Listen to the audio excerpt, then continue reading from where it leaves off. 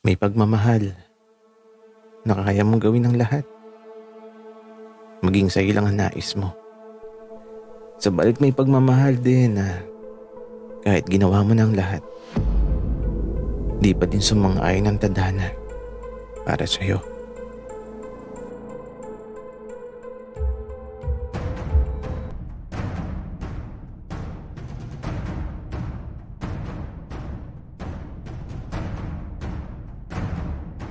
Kaibigan, huwag mong kalimutan mag-subscribe sa aming channel at huwag din kalimutan i-click ang notification bell at subscribe button. Subscribe na!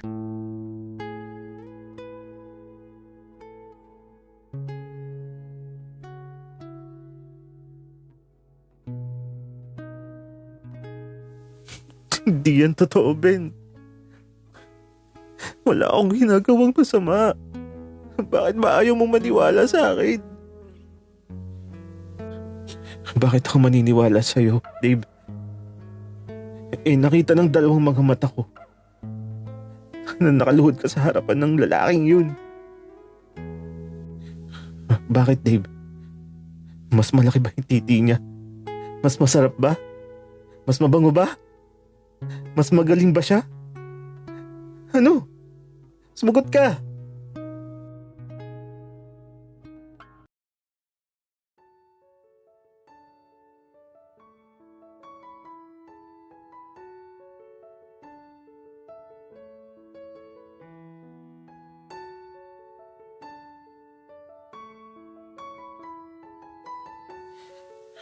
Dave, umayos ka. Lumuhod ka para mas magawa mo ng swabe. Dali na.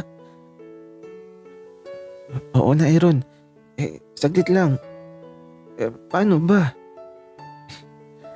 Dave naman parang hindi mo pa naranasan yan na. Dali na. Alam mo na yan. Oo naman. Naranasan ko na to pero parang di ko kaya sa iba. Kaya mo yan. Dali na, Dave. Huwag kang matakot. Pero dahan-dahan lang ha. Huwag mong madaliin. Aaron, mas maganda kung mabilis lang. Kasi kapag dahan-dahan bahala ka. Baka mapasigaw ka. Sige na, Dave. Ikaw na yung bahala. Bibilang ako ng 3. Ayusin mo ha. 1, 2, 3.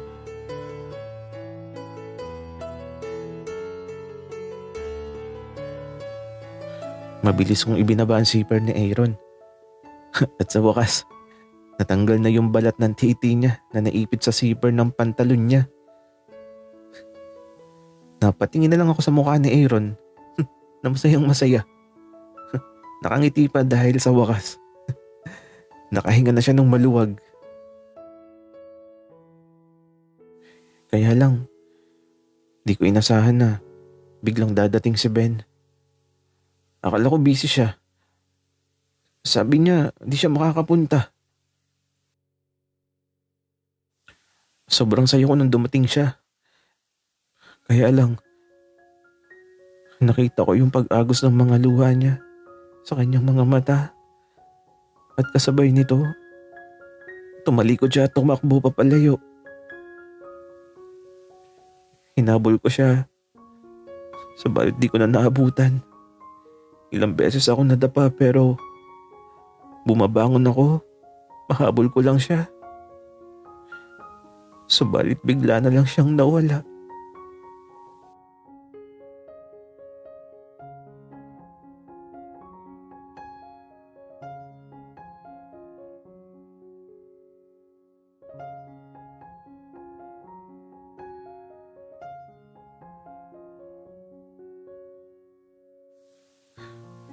Nang malapit na kami sa bahay, bakit parang may nag-aaway? Kaya ito, nagmadali kami ni Jay. Tapos, hinanap ko agad kung saan nanggagaling ang ingay. Maki, bilisan mo, baka magpatayan yung dalawang yun. Wika ni Jay. ililibing kapag namatay. Wika ko naman. Buisit ka talaga, Maki. Wika ni Jay tapos eto. Bubuksan ko na sana yung dating silid ni Dave at Ben. Kaya lang, nakalak. Kaya ito, kumatok talaga muna ako. Nakalak eh. Ben, Dave, andito ba kayo? Wika ko habang kumakatok sa pintuan.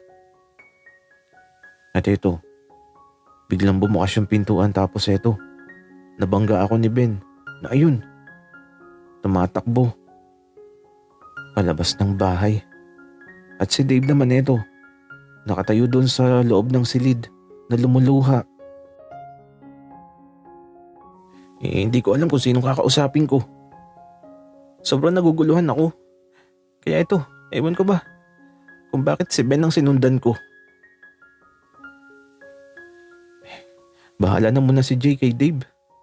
Basta ako ito, sinusundan ko si Ben na lumabas ng gate tapos tumatakbo siya sa gilid ng daan. Ben, teka lang, hintayin mo ako. Kaya lang, parang walang naririnig si Ben. Tumatakbo pa din siya. At sa paglipas ng mga sandali ayun, naglalakad na lang siya. Ako'y pagod na. At ayun, bumaba siya sa ilalim ng tulay. Kaya sinundan ko kaagad. At eto, pagkababa ko, nakita ko siyang naupo sa isang bato habang nakatingin sa malayo. Nilapitan ko kaagad si Ben. Tapos, huminga ako ng malalim. Kasi pagod na pagod talaga ako sa paghabol sa kanya. Bakit nandito ka, Maki?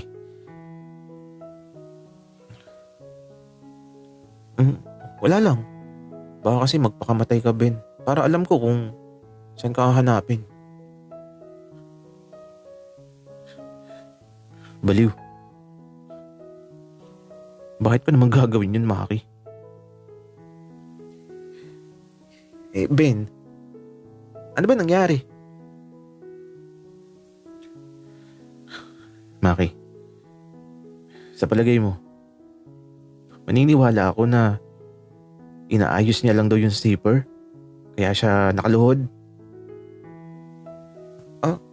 Okay. Kaya pala nag-aaway kayo kanina dahil pala sa zipper na yan? Pero Ben, yan din kasi yung sinabi ni Dave sa akin. At alam kong nagsasabi siya ng totoo. Kasi kilala ko yung best friend ko na yun. Hindi yan magsisinungaling sa akin. At eto, tahimik lang si Ben. Di ko tuloy alam kung anong gagawin ko. Paano ba magpatahan ng umiiyak? Kilitiin ko kaya, pero baka bugbugin ako. Laki pa naman ng katawan niya. Uy, Ben. Walang nangyari sa kanila dati. Ikaw lang talaga yung nag-iinarte na umalis na lang bigla na. Hindi mo lang pinakinggan si Dave. Kaya kasalanan mo talaga. Best friend mo kasi, Maki. Kaya kinakampihan mo. Aba, syempre Ben. Alam ko naman na wala siyang ginagawa eh. Kung ikaw yung maipit ang balat ng titi mo sa zipper mo, anong gagawin mo? Ayoko maranasan yun, Maki. Ikaw na lang. Pero Ben, galit ka pa ba? Smile ka na. Mahal ka naman ni Dave eh. At hanggang ngayon, ikaw pa din ang mahal niya.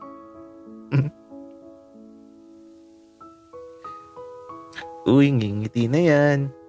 Alam mo, Ben, mas malaking titi mo kay Aaron. Nakita ko eh.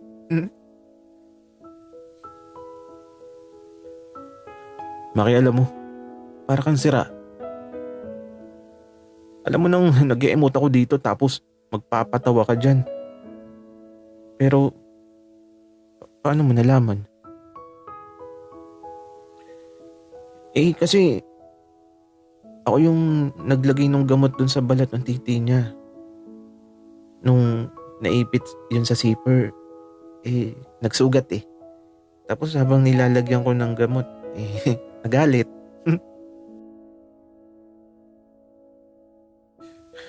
Maki, puro kakalokohan. Tara na nga umuwi. Saan ba kasi kayo galing ni Jay? Bakit ang tagal nyo?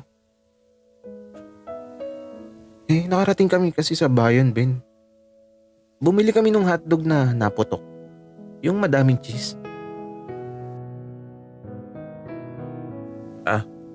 Okay. Wika ni Ben. Habang ito, naglalakad na kami pa uwi sa malaking bahay. Ay nako. Huwag sana akong isumbong ni Ben sa mga nalaman niyang kalokohan ko. At saka, di ko ipagpapalit si Daddy William ko sa kikiam. Ay nako. Ang sama ko sa part na to. Pero sana maging maayos na ang lahat.